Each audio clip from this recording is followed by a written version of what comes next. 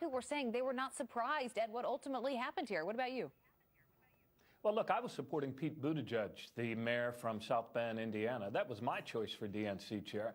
But as a lifelong Democrat, in fact, the only lifelong Democrat that ran for president last year, I was actually heartened to see Tom Perez and Keith Ellison coming together at the end of what many thought would be a divisive race, turned out to be actually a very unifying race. But the real reform of the Democratic Party isn't going to happen out of Washington. It's happening in places like that swing district in Delaware yesterday that Stephanie Hansen won by 16 points, that Democrats only won by 2 points a few years before. So this is the groundswell that's really reforming our party, not what happens at the DNC meeting. No, but Governor, you talk about unity. And, I'm sorry, I just don't buy the idea that the party is unified. We had Tez Figaro on the show earlier this morning. She had given about 6 months of her life campaigning for Bernie Sanders. She lost her mom to cancer during that.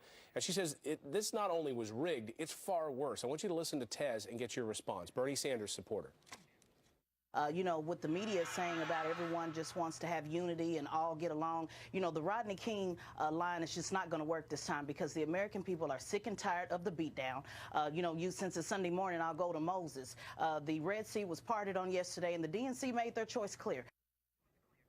Unity there? I mean, she says the American people, the Democratic base, they're sick and tired of the establishment, Governor. Oh, I think what they're actually sick and tired of is this administration, the Trump administration, after just 30 days. I mean, there were many people across the country that thought, wow, I wonder what it would be like to actually have our government run like a business. Well, now they're seeing that the business that Donald Trump is about is actually establishing an authoritarian regime. All of the talk about where is the infrastructure plan?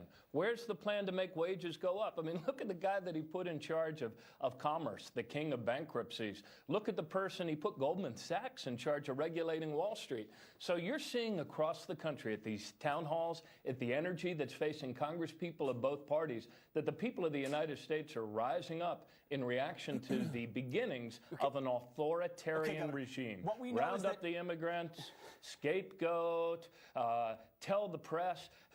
No president in history ever told the New York Times they weren't a reputable news organization and can't come to briefings. Correction, it's the failing New York Times. But, Governor, we know you're outraged. We know you guys don't like Donald Trump. That's clear. You use words like authoritarian. Others use Hitler, round up. Those are nasty words. And the party's unified in their hatred of him. I've never used Hitler. No, I always use the word fascist. Okay, fascist. No, I use fascist, thank you for not softening Hitler. to fascist. But Sure.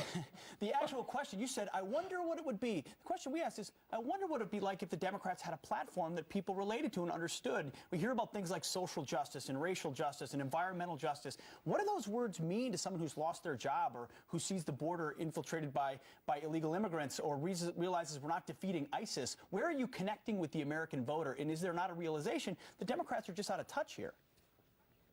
Oh, look, clearly, the candidate that we nominated to lead our party did not have the credibility to deliver the message that our country is creating jobs, but we now have to make wages go up. And to your point about immigration, I mean, everything about Donald Trump's little illusions of immigrants destroying our way of life. I mean, net immigration from Mexico last year was 0.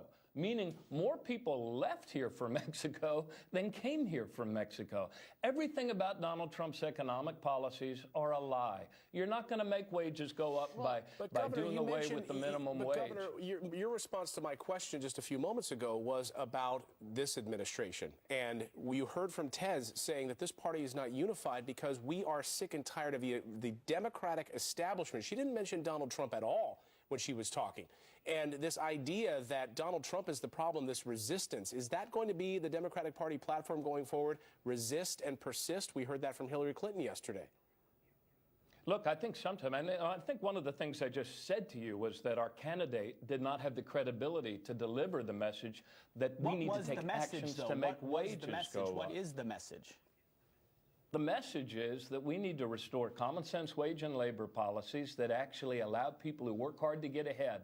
We need to invest in our country and her ability to create greater opportunities for our kids, like affordable college, like the new jobs of this new era. We need to acknowledge science, and we need to harness climate change to create jobs, not deny it. And we need not scapegoat the latest generation of arriving new American immigrants. Look, the bottom line is we are a party that's about opportunity opportunity and justice for all. And I wish Tom Perez and Keith Ellison well, but you know what I'm most encouraged by?